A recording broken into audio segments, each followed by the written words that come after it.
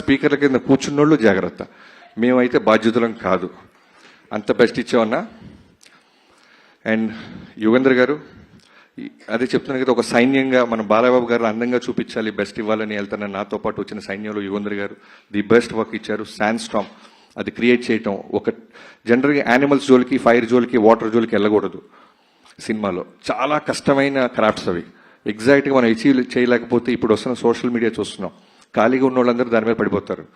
అలాంటిది యుగేంద్ర గారు the best ఇచ్చారు. యుగేంద్రజీ, నేను ఎందుకు ఇందాక మీరు మాట అన్నారు, బాబీ చాలా స్పేస్ ఇస్తున్నాడు కెమెరామ్యాన్కి, ఎడిటర్కి, మాస్టర్కి, మీకు అంటే, అది నేను బాలబాబు గారి దగ్గర చూసా. ఆయన కథను నమ్మిన తర్వాత డైరెక్టర్కి వదిలేస్తారు. అంటే అలా వచ్చి కూర్చొని పొద్దున్నే 7 కంటే 6 వచ్చి కూర్చొని, ఎండైనా, వానైనా, వర్షమైనా, తుఫానైనా, ఏమైనా సరే, ఇందాక చాలా మంచి రిఫరెన్స్ చెప్పావు బ్రో. ఫైర్లో చేసాం, స్పార్క్స్ పడుతున్నా కళ్ళార్పరు. శాండ్ స్టామ్ విపరీతమైన చుట్టూ ప్రొఫైలర్స్ పెట్టి గుర్రం నుంచి బాలబాబు గారిని తీసుకొస్తుంటే కన్నార్పరు. వర్షం పడుతున్నా అలానే ఎంత ఇంటెన్స్గా ఉంటారంటే చేసి మళ్ళీ దగ్గరికి వచ్చి మీకు ఓకేనా.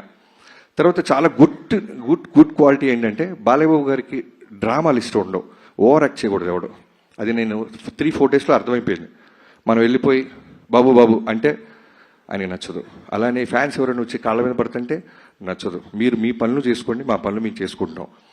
అంతగా ఫ్యాన్స్ని ప్రేమిస్తారు ఆయన. అవుట్డోర్స్కి ఫ్యాన్స్ వస్తే తిడతారు, ఎందుకు ఇంత దూరం వచ్చారు, మీకు పనులు ఉన్నాయి కదా, జాగ్రత్తగా వెళ్ళండి దారిలో అని.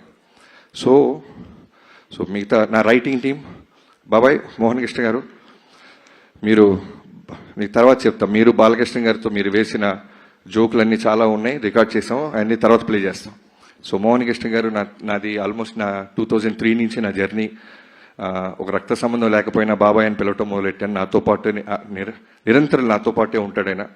ఆయన కొడుకు ఎదుగుతుంటే ఎంత ఆనందపడతాడో నాలో ఆయన కొడుకుని చూసుకుంటాడు. అలానే చక్రి నా ఫ్రెండ్, నాతో పాటు త్రూ అవుట్ సినిమాలో ఉన్నాడు.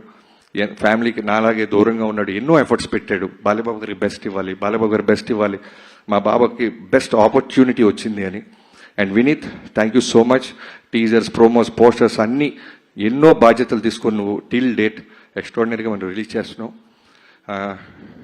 చాలా స్పీచ్ పెద్దదైపోతుంది గైస్. నిజం చెప్తున్నా, ఈ సినిమాకి చాలా ఫంక్షన్స్ ఉంటాయి. ఇవ్వాలే చెప్తున్నాను, ఎవరైనా ఉంటే మార్క్ చేసుకోవచ్చు. వీడింత బిల్డప్ ఇచ్చాడు ఎక్కడన్నా ప్రమోషన్స్ అని. అనంతపూర్ మేము రాకపోవడానికి కారణం బాలబాబు గారు తిరుపతిలో జరిగిన ఇన్సిడెంట్కి ఇమీడియట్గా రియాక్ట్ అయ్యి, ఇలాంటి టైంలో మనం సెలబ్రేట్ చేసుకోవటం న్యాయం కాదు బాబీ, నా ఫ్యాన్స్ అర్థం చేసుకుంటారు. వాళ్ళు ఎంతో ఖర్చు పట్టారు, ఎంతో కష్టపడ్డారు. ఆల్మోస్ట్ 3-4 డేస్ నుంచి ఒక పండగగా వాళ్ళ దేవుడు వస్తున్నట్టు వాళ్ళందరూ రెడీ అయిన వాళ్ళు ఒక్క బాలబాబు గారు ఫోన్ కాల్తో ఎవరు నెగిటివ్ అవ్వలేదు, ఎవరు అప్సెట్ అవ్వలేదు. సినిమా కోసం ఆగారు. ఒక ఎమ్మెల్యేగా బాలబాబు గారి మనసు అది, ఒక క్యాన్సర్ హాస్పిటల్ అధినేతగా బాలబాబు గారి మనసు అది అని అర్థం చేసుకున్నారు. నేను ఎక్కడో ఇంటర్వ్యూలో కూడా చెప్పా, బాలబాబు గారి ఫ్యాన్స్ బాలబాబు గారు లాగే ఉంటారు, చాలా వరకు స్ట్రైట్ ఫార్వర్డ్. నచ్చినా నచ్చపోయినా, లైక్ ఎగ్జాంపుల్ వంశీ, తనకు నచ్చిన ప్రమాదమే, నచ్చపోయిన ప్రమాదమే. నచ్చితే పెద్ద పెద్ద స్టేట్మెంట్ చేస్తాడు, భయం వేస్తుంటుంది, నచ్చకపోయినా అలానే ఉంటుంది.